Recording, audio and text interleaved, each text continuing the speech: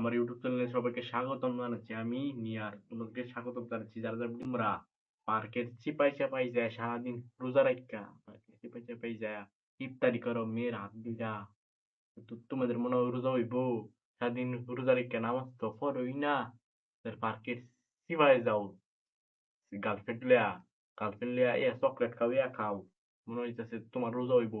জীবনে হইতো না। তুমি গার্লফ্রেন্ড লিয়া যাও পার্কের চিপায় যাও। পার্কের চিপায় যায় যারা করো। পার্কের চিপায় যায়া সেই লোক ইফতারি করো মেলিয়া ইফতারি করে তোমার জীবন হইব। যেই স্যারা মেলে ইফতারি করতো হে স্যার কুলাঙ্গার, হে স্যার মা বাবা শিক্ষা দিছে না। এই স্যার কি করতাম জন্মের মেয়ে মনে দোষ আছে। মা বাবা মেলে যা ইফতারি করতো ই টিকটকের মেয়ে সারে আমি রোজা রেখেছি খাঙ্কির পোলা চোদ মারানির পোলা। সারাদিন রোজা না রাইখা নামাজ তো পড়েই না, মসজিদে তো যাওই না, ইফতারি করে মেয়ে নিয়া খাঙ্কির পোলায়।